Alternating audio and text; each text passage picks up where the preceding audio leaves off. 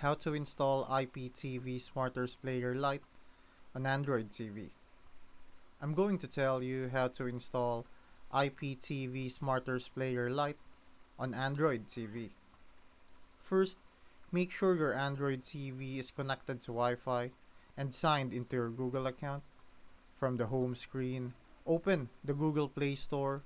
In the search bar, type IPTV Smarters Player Lite. Select it from the results and hit install. That's the easy part. Once it's installed, open the app. You'll need to log in using your IPTV provider's details, usually an M3U playlist URL or Xstream codes, server, username, and password. If your provider uses XUI1, that works too. After logging in, you'll get access to live TV, movies, series, and catch up, depending on your plan. It supports EPG categories and built in players.